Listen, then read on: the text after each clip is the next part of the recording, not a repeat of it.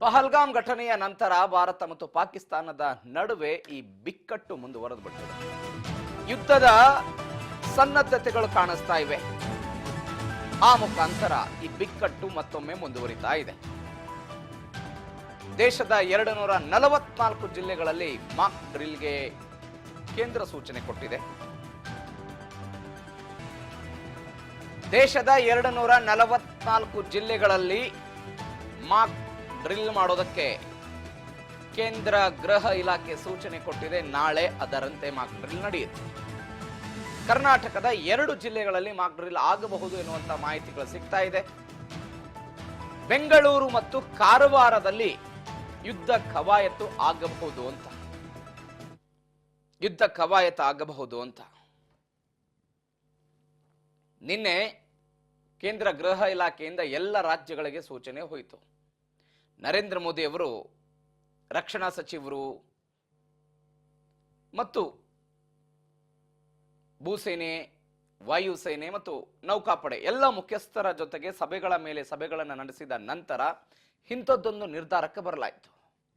ನೀವು ನೋಡಿ, 1971ರಲ್ಲಿ ಭಾರತ ಮತ್ತು ಪಾಕಿಸ್ತಾನದ ನಡುವೆ ಯುದ್ಧ ಆದಂತಹ ಸಂದರ್ಭದಲ್ಲಿ ಹೀಗೆ ಮಾಕ್ ಡ್ರಿಲ್ ಅನ್ನು ಮಾಡಲಾಗಿತ್ತು. ಆ ಸಂದರ್ಭದಲ್ಲಿ ಅದಾಗಿ 54 ವರ್ಷಗಳಿಗೆ ಮಾಕ್ ಡ್ರಿಲ್ ನಡೀತಾ ಇದೆ.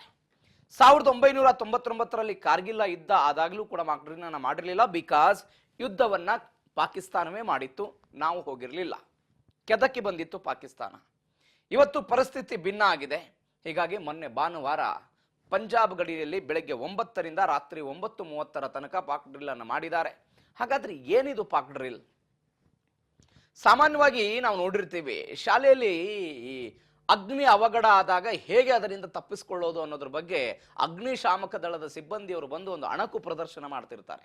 ಕೃತಕವಾಗಿ ಬೆಂಕಿಯನ್ನು ಸೃಷ್ಟಿ ಮಾಡಲಾಗುತ್ತೆ. ಆ ಬೆಂಕಿಯನ್ನ ತತ್ಕ್ಷಣವೇ ಹೇಗೆ ನಂದಿಸೋದ್ರ ಬಗ್ಗೆ ಅವರೊಂದು ಅಣಕು ಪ್ರದರ್ಶನ ಮಾಡ್ತಾರೆ. ಹಾಗೆಯೇ ಇದು ಕೂಡ.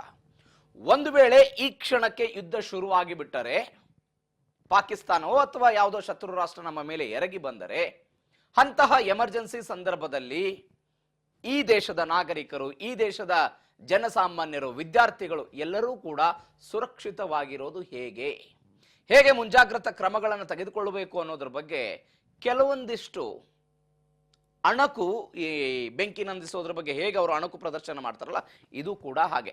ಸೈರನ್ಗಳನ್ನು ಮೊಳಗಿಸ್ತಾರೆ. ರಾತ್ರಿ ಸಂದರ್ಭದಲ್ಲಿ ಎಲ್ಲ ವಾಹನಗಳ ಓಡಾಟ ಬಂದಾಗುತ್ತೆ. ಯಾವುದೇ ವಾಹನ ಓಡಾಟಕ್ಕೆ ಅವಕಾಶ ಇರುವುದಿಲ್ಲ. ವಿದ್ಯುತ್ ದೀಪಗಳನ್ನು ಬಂದ್ ಮಾಡ್ತಾರೆ. ಇಡೀ ಊರು ಸಂಪೂರ್ಣವಾಗಿ ಕತ್ಲಾಗಬೇಕು. ಯಾಕಂದ್ರೆ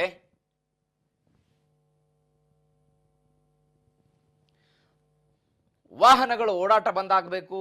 ಪಕ್ಕದ ಪಾಕಿಸ್ತಾನ ವಾಯು ದಾಳಿಯನ್ನು ಏನಾದರೂ ಮಾಡಿದರೆ ಪ್ರಮುಖ ಪ್ರದೇಶಗಳ ರಕ್ಷಣೆ ಮಾಡೋದಕ್ಕೆ 144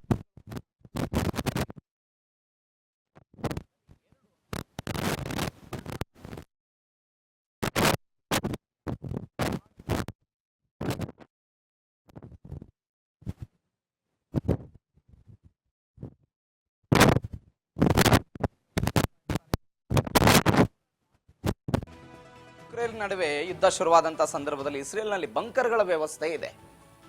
ಆ ಬಂಕರ್ಗಳಲ್ಲಿ ಸೈರನ್ ಮುಳುಗಿದ ತಕ್ಷಣವೇ, ಅಂದ್ರೆ ಆ ಸೈರನ್ ಯಾವಾಗ ಮುಳುಗುತ್ತೆ, ವಿರೋಧಿ ದೇಶದ ಸೈನಿಕರು ದಾಳಿ ಮಾಡುವಂತಹ ಸಂದರ್ಭದಲ್ಲಿ ಆ ಸೈರನ್ ಅನ್ನ ಮೊಳಗಿಸಲಾಗುತ್ತೆ.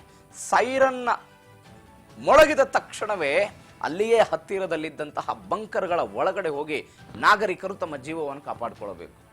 ಅದೊಂದು ಎಮರ್ಜೆನ್ಸಿ ಪೊಸಿಷನ್ ಅದು. ಹೀಗಾಗಿ ಇಂಥದ್ದೊಂದು ಪ್ರಯತ್ನವನ್ನು ಭಾರತದಲ್ಲಿ ಮಾಡಲಾಗ್ತಾ ಇದೆ 54 ವರ್ಷದ ನಂತರ. ಸಾಮಾನ್ಯವಾಗಿ ಈ ಪಂಜಾಬು, ಈ ಗಡಿ ಪ್ರದೇಶ, ಜಮ್ಮು ಕಾಶ್ಮೀರ, ರಾಜಸ್ಥಾನ, ಈ ಭಾಗದಲ್ಲಿ ಏನಿದೆಯಲ್ಲ ಗಡಿ ಪ್ರದೇಶಗಳೇನಿದೆ, ಅಲ್ಲಿಯ ಜನರಿಗೆ ಗೊತ್ತಿದೆ. ಆದರೆ 1999ರ ನಂತರ ಒಂದು ಯುದ್ಧದ ಸಿದ್ಧತೆ ಆಗಿರ್ಬೋದು, ಎಮರ್ಜೆನ್ಸಿ ಫೀಲ್ಡ್ ಆಗಿರ್ಬೋದು, ಜನರಿಗೆ ಸ್ವಲ್ಪ ಪರಿಕಲ್ಪನೆ ಕಡಿಮೆ. ಕರ್ನಾಟಕಕ್ಕೆ ಆಗಿರ್ಬೋದು, ದಕ್ಷಿಣ ಕರ್ನಾಟಕದ ಕೆಲ ರಾಜ್ಯಗಳಿಗಾಗಿರ್ಬೋದು.